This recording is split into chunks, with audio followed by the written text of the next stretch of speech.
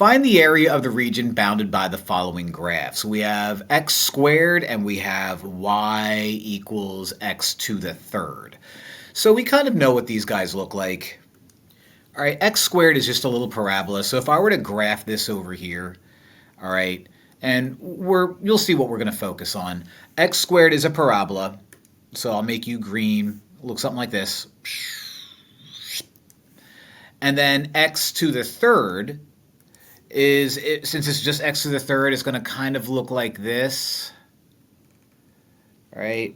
So maybe I'll scooch you down just a bit. I'll scooch you up just a bit, and everybody's happy. So what we're trying to find is that little area right in here, that little sliver right there.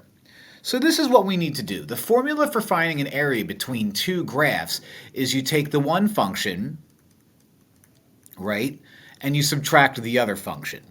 What we also need to do is we need to find our limits of integration, which we don't know yet. I need to find out where these guys intersect. So I need to find out what you are and what you are.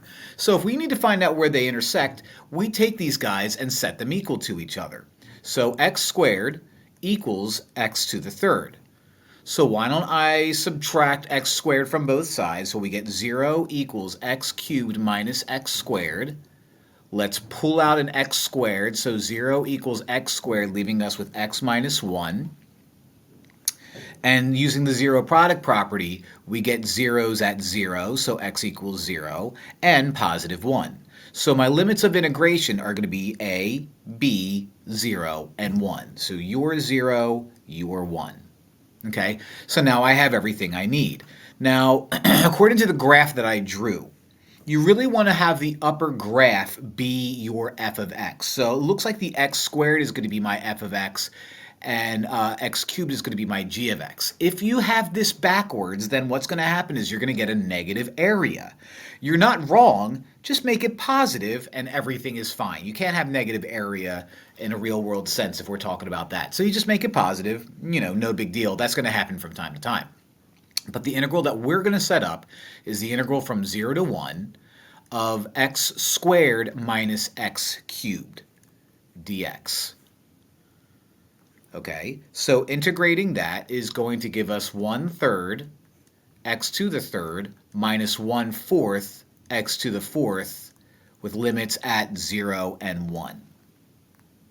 So we plug stuff in, 1/3, 1 cubed, minus 1/4, 1 to the fourth, right? Minus 1/3, 0 cubed, easy. Minus 1/4, 0 to the fourth, easy. The entire right side, the entire right bracket is just going to become 0, make it go away. This becomes 1/3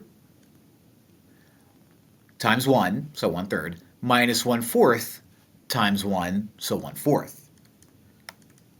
Okay, let's make these over 12 so we can combine fractions. So you're going to be 4 over 12 minus 3 over 12, which is 1 over 12. So that little tiny sliver isn't a whole lot, but that sliver accounts for 1/12 square units. And that is our answer, baby.